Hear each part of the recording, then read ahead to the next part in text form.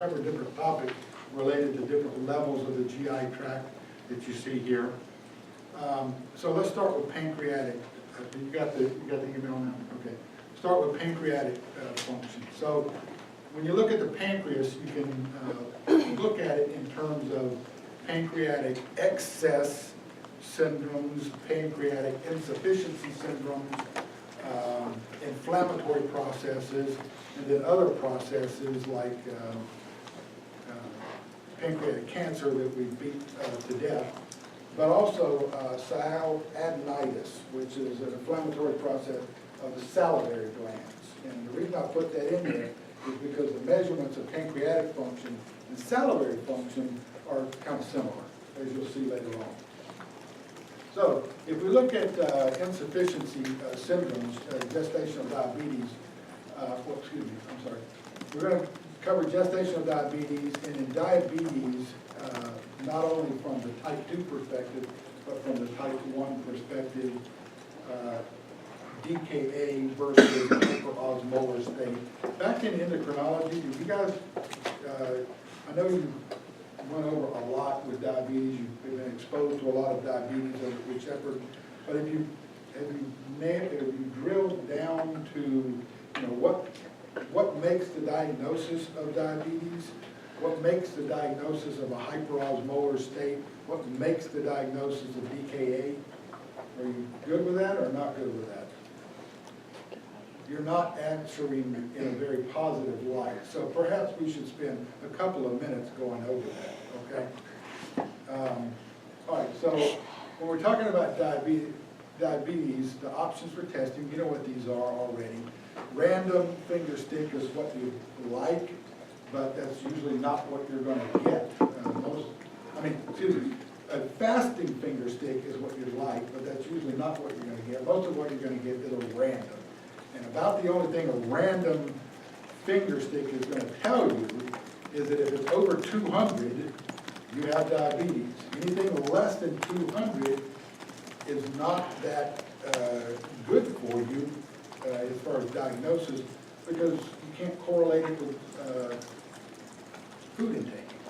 So the only thing that a random finger stick blood sugar will tell you is that you have diabetes if it's over 200. The difference between random and fasting in blood sugar is 2 hours. The difference between random and fasting in lipids is how many hours? If you're going to get a cholesterol, you need to be fasting for how long? 8 hours? 8 hours? At least 8, preferably around 12. Yeah. So that's why you tell people to not eat anything after midnight. So that gives you 8 hours before the withdrawal in the morning. But usually, people are going to go to bed 9, 10 o'clock, 10 o'clock or so. Okay, so you get more time than that. Glucose tolerance test, there are different forms of GTTs that we'll talk about here in just a second. A1C, you know what that is. And you have to take A1C with a little bit of a grain of salt. Because there are, if you Google drugs that affect A1C, there is a whole list of drugs that affect A1C levels. One of the worst is hydroxyurea. So somebody treated for sickle cell disease with hydroxyurea, an A1C is useless. You have to look at another means for testing. The other thing about A1C is it tells you about 3 months, the past 3 months. It doesn't tell you about more recent blood sugars if you've made a change in the regimen. Fructosamine, I think this is, I've made a change on the slide. Fructosamine is another type of blood sugar testing that looks at average blood sugars over the preceding 3 weeks. And fructosamine can be used if a patient is on hydroxyurea and some of these other medications. Have you heard about fructosamine? Some of you said you had yes, some no. We run it every once in a while at Good Shepherd If we're looking at a more, well, what have you been doing the last 2 weeks since you increased your insulin dose? So fructosamine is the past 3 weeks. A1C, of course, is the past 3 months. C-peptide, you know what that is. Now, for exocrine pancreas, amylase and lipase are intracellular enzymes. They're intracellular enzymes. When you have apoptosis of pancreatic exocrine cells, or for some reason they break apart, like in pancreatitis, the release of enzymes will start digesting the rest of the pancreas. So you start releasing more amylase and lipase. You understand that if you're measuring serum amylase and lipase, it's coming from destroyed pancreas cells or salivary gland cells. Okay? Liver enzymes, it's the same way. Liver enzymes are inside the cell. As they elevate, that means you have destruction of the hepatocytes. Calcium is affected by pancreatic disease because of, for example, in pancreatitis, the enzymes can form calcium-related soaps. And by binding that calcium, it will drop serum calcium. So calcium is related to pancreatic disease. You always want to get a serum calcium when you're dealing with the pancreas. Ketones are going to be important when we're dealing with DKA, and we'll talk about that. And stool fat is, ordinarily you have a little bit of fat in your food. There are a few grams a day that are normally in your stool. In malabsorption syndromes,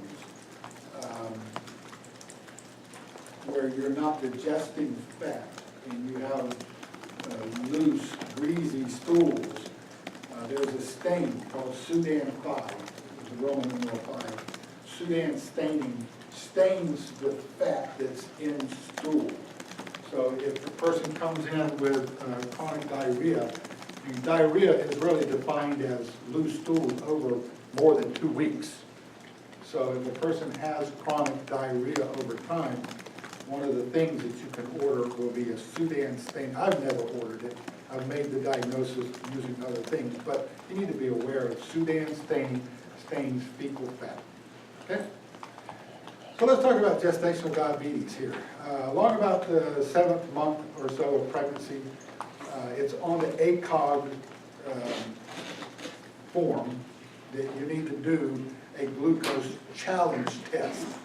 And it's glucose challenge, not a glucose tolerance test. It's called a glucose challenge test. You get mom to drink this sugary solution containing 50 grams of glucose, all at once. You get a baseline blood sugar, and the only reason you're getting a baseline blood sugar, you're not measuring the amplitude from baseline, you're just measuring whether or not she has diabetes to start with. That's really, it's kind of a misnomer. It's not really a baseline, it's ruling out diabetes to start with. Anyway, you get one at 0 hours, they drink the stuff, and then an hour later, you get another blood sugar. It says up there that you need the blood sugar to be less than 140 in an hour. If it's more than 140, then you have suspect gestational diabetes, and that reflexively sends you over into a full-blown oral glucose tolerance test. An OGTT is you have to drink twice as much glucose. And this is like drinking molasses. I don't know if you've ever, anybody done a glucose tolerance test? A couple of you here. It's like, was it because of this? Mm-hmm. Yeah, so it's like drinking K-Rose syrup. It's nasty. And a glucose tolerance test is baseline 1 hour, 2 hours, and maybe 3 hours. And you're looking for the rise and fall of blood sugar. And so you see over there in the bottom right, or bottom left, You want the blood sugars to be less than those values at those times, otherwise you're dealing with gestational diabetes and puts you into a high-risk pregnancy group, which is another whole ballgame, okay? Incidence of gestational diabetes, if you've had it once, you're gonna probably have it again. Did you have? I did. You did? You have, how many kids? 2? Did you have both of them? No, just my second one. I was just very fat. The odd thing about gestational diabetes is that, you know, so as soon as you deliver, it pretty much goes away. In most people, in about a small, like 1% of people, they wind up with diabetes, full-blown type 1 diabetes as a result of the pregnancy. There we go. Big babies, fat young girls, they're all risk factors for gestational diabetes there, okay? Now, if you're not pregnant, if Ron comes in and I get a finger stick blood sugar on him and it's 180, and wow, that's pretty high. To make the diagnosis on him, you essentially have to do a glucose tolerance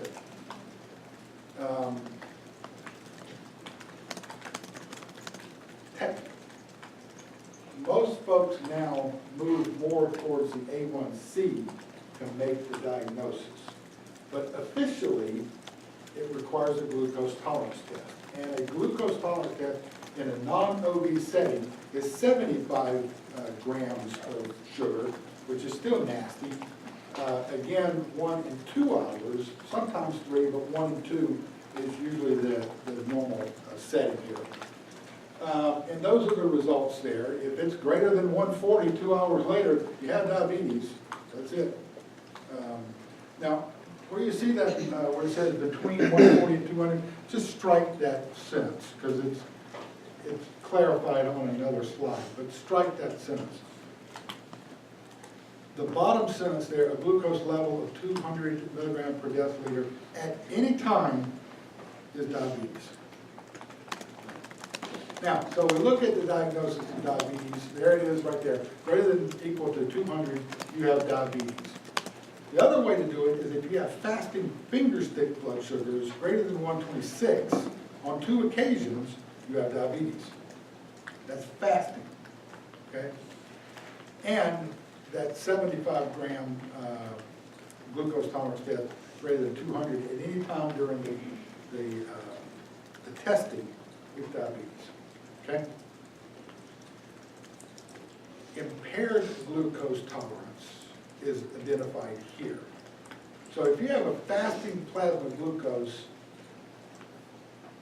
less than 126, but then you take this tolerance test and it's elevated 150 to 200. So if you go back to here, if it's elevated between that bottom 140 and 200, essentially is what they're telling you here, that's impaired glucose tolerance. Impaired fasting glucose is when you have fasting finger stick between 110 and 126. Normally it should be 100 or less. So if it's a little bit higher, but not over 126, then you're looking at impaired. Another way to say that is like pre-diabetes. There's a lot of people will say pre-diabetes, but it really is an impaired ability to handle a glucose load. And then the normal levels are listed there. Amy. Does it have to be a finger stick, or could it just be from your blood draw? It could be from the blood draw, yeah. But you know, if you're in clinic and you're not going to do a blood draw, and then you get a fasting and they happen to come in, they haven't eaten that morning, and it's 1:15.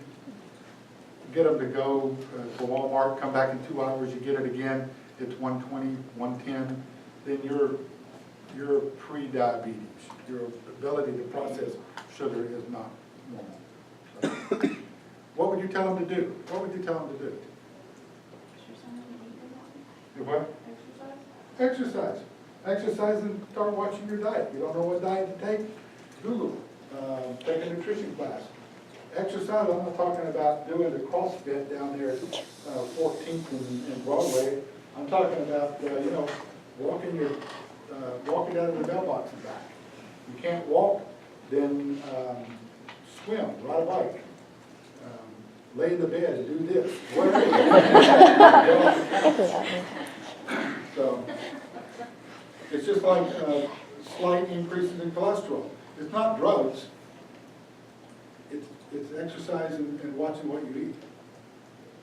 Now, will that be successful? Probably 99% of the time. If you've been a good shepherd, you know it's not going to be successful. But on occasion, it is. So, good shepherd is not the real world.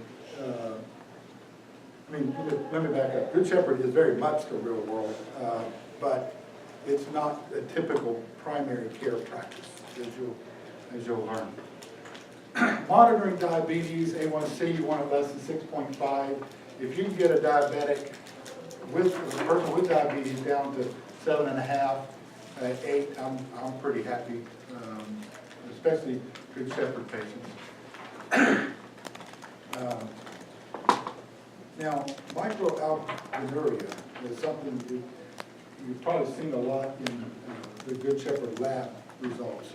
You need to be monitoring protein spillage in these diabetics.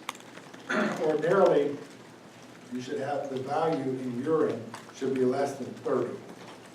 If it exceeds 30, then you're spilling micro amounts of protein, but you have kidney damage. If it's 30 or greater, you have kidney damage. By this point, you definitely should be on an ACE inhibitor. Above 300 is macroalbuminuria, and you're spilling, you have significant kidney damage. I mean, I've seen some of those Good Shepherd values at 1,200, 1,500. I mean, their kidneys are so shot, they're just, pea of protein. So you want to keep an eye on these things. Now, hyperlipidemia, obviously with diabetes goes to lipids. And finally, the ketones. Ketones, if you look down there in that little bottom thing at the bottom, that defines DKA for you. You want serum ketones to be less than 5. In diabetic ketoacidosis, you don't have the ability to metabolize glucose. The brain does and your liver does, but the rest of your body doesn't, particularly your fat cells and your muscle cells cannot metabolize glucose. So you switch over to fatty acids as an energy source. Fatty acid metabolism produces ketones.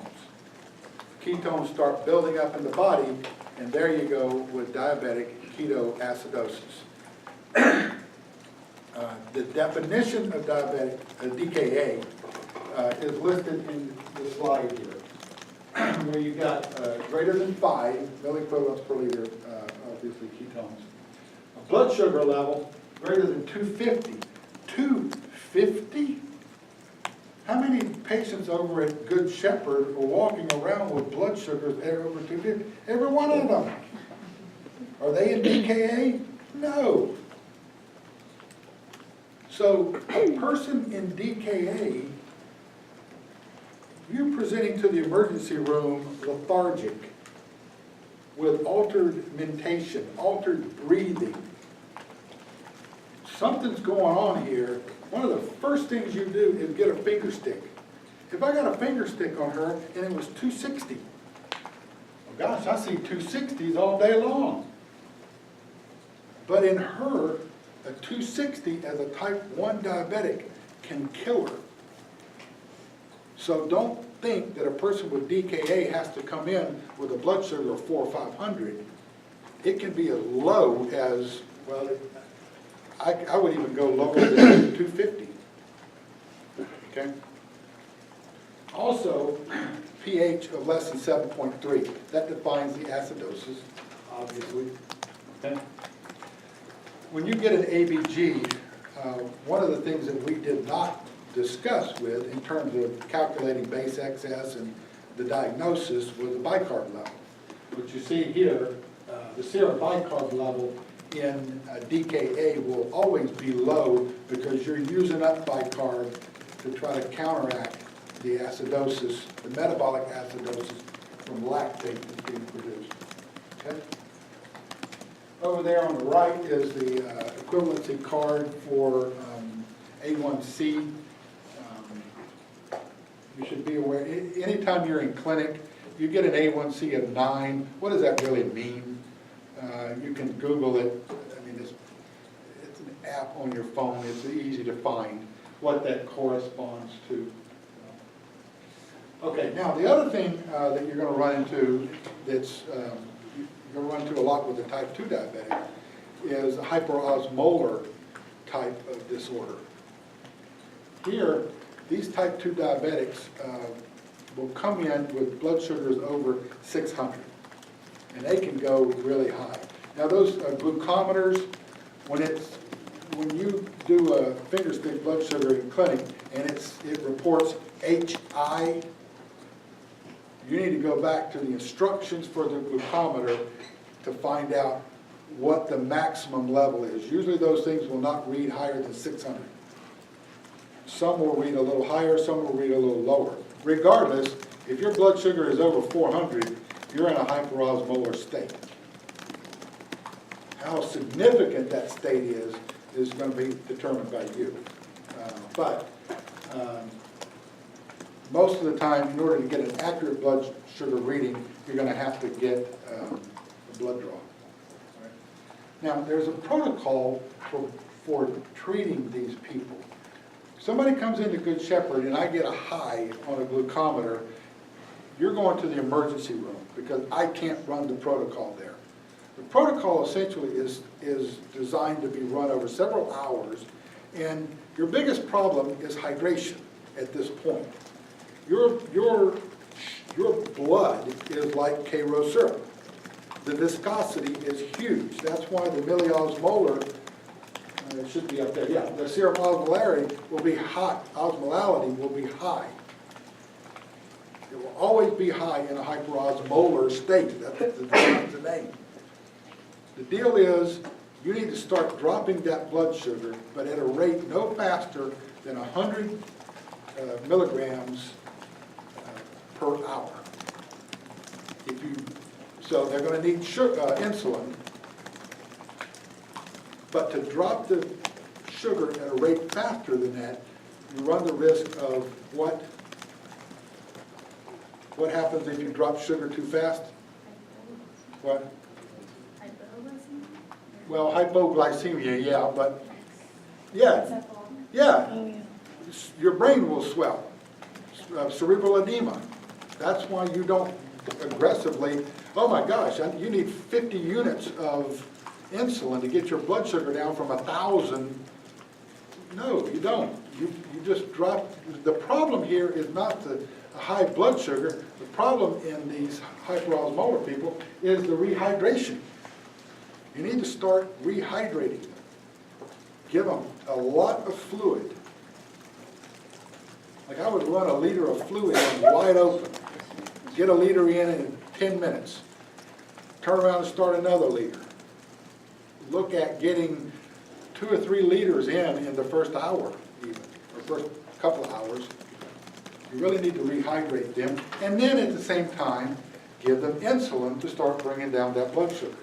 What insulin would you give them? What is the only insulin you can give IV? Somebody better Google that one. What's the insulin that you give? What? You know? It's what? Humalog. Humalog. Is it? Regular insulin? Regular insulin. Regular insulin. How much would you give them? I'd give them 10 units. 10 units of regular, how fast does regular insulin work, by the way? I already closed it. An hour. So how fast, I mean, if I've got a person, if you give it IV, it works actually faster than that. But if you've given them 10 units, you're giving a person with a blood sugar of 1,000, 10 units? That's almost like, peeing in the ocean. But that's as fast as you want to do it. You get a blood sugar an hour later. If it's 950, you give them another 10 units. So slow, slow, slow, slow, slow. Okay? It says seen in the elderly. Those are the people that are at the most risk, but you see it at any age, really. Middle age, 40s, 50s, you see it a lot there as well. Any questions on hyperosmolar?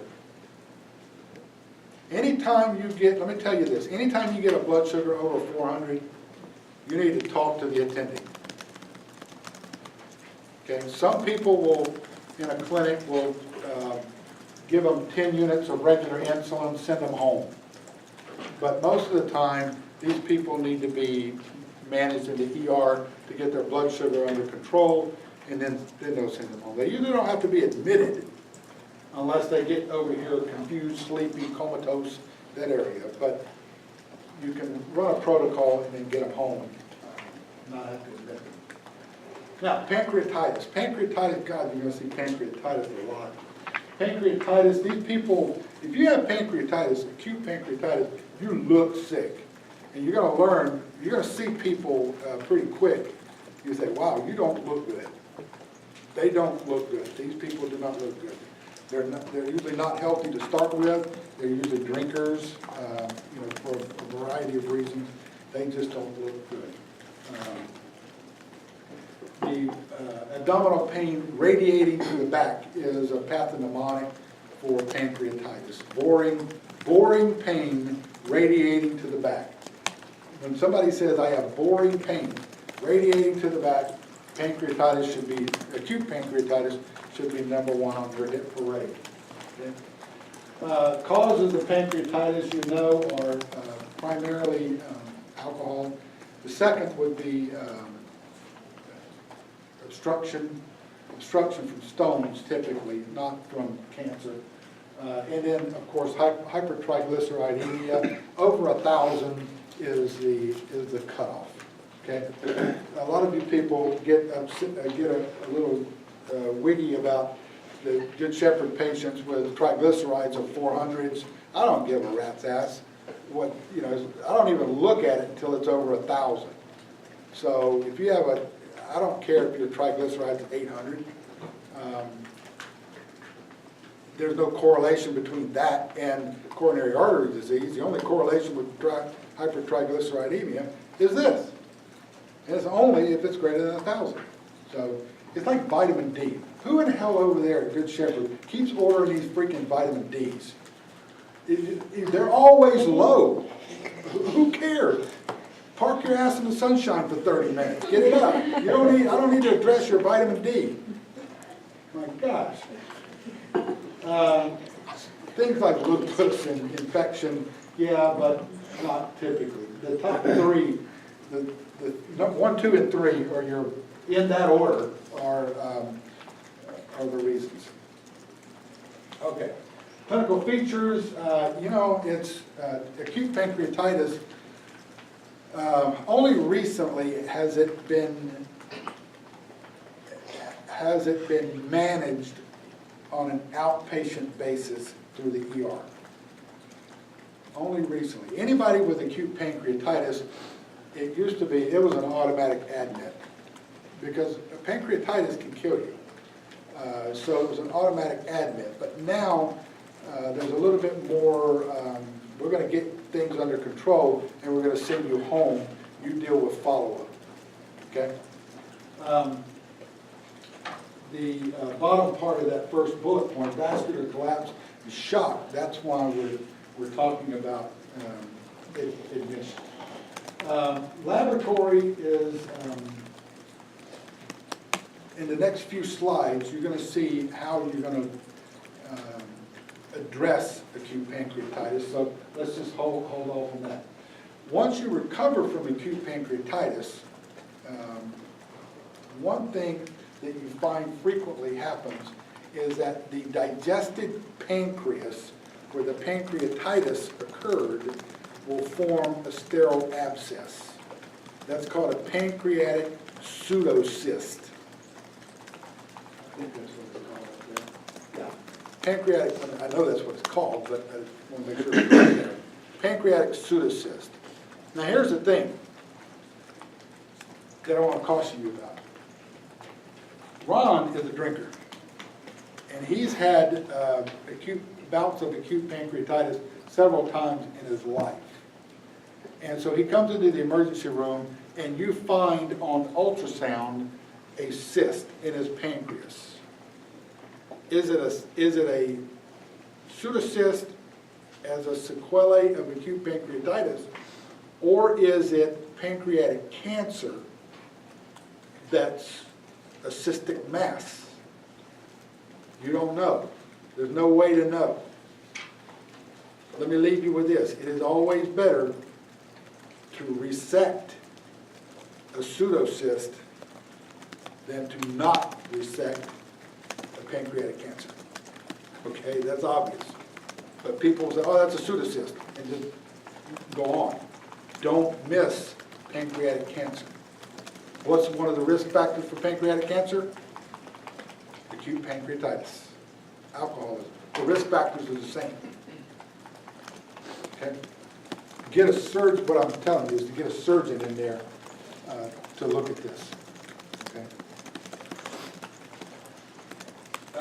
One of the things, two of the clinical signs that you have with pancreatitis are Cullen's sign and Gray-Turner sign. What happens here is the enzymes, pancreatic enzymes, leach out, they digest blood and things, and this pools in certain parts of your body. Because most of the pancreas is retroperitoneal, what's the only part of the pancreas that's not retroperitoneal?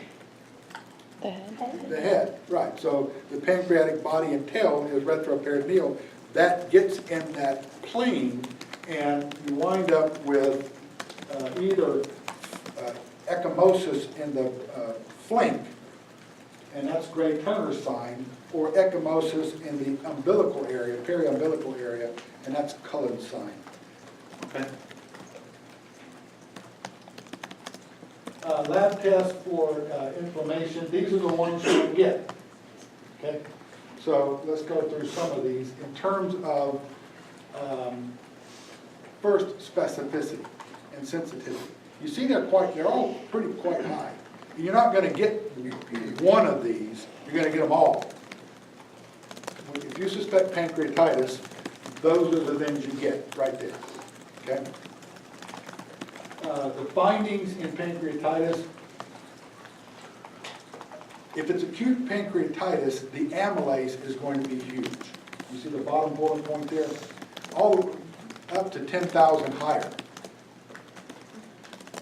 And it typically correlates with the severity of the disease because you have more digestion of pancreatic tissue going on. If you have infection of the salivary glands, amylase is another place you find, the salivary glands where you find another place you find amylase, because they're not large and because they're not so full of nasty digestive enzymes as is the pancreas, the rise in amylase doesn't go as high. Only a few hundred. One of the things so the reason I tell you about this is if somebody comes in and they have a swollen right side of their face, or left side, doesn't matter, and it's hot and tender to touch, well, do you have a cellulitis of the skin? Is it erysipelas of the skin? Or is it an underlining parotitis, which is a salivary gland, right? Get an amylase. Get an amylase. If somebody comes in complaining of intense pain and swelling of a salivary gland, like in the submandibular, this hurt, it's just killing me right here. You suspect sialadenitis or a duct stone blocking the duct, get an amylase. Start with an amylase, okay? And you're not, again, going to expect it to be soaringly high, but if it's elevated, that's even a little bit. That tells you that it's the salivary gland, not the erysipelas that's involved in the skin. Caitlin, you got the makeup thing going on today. That's okay. All right. Any questions? Why don't you go pee potty and then we'll come back.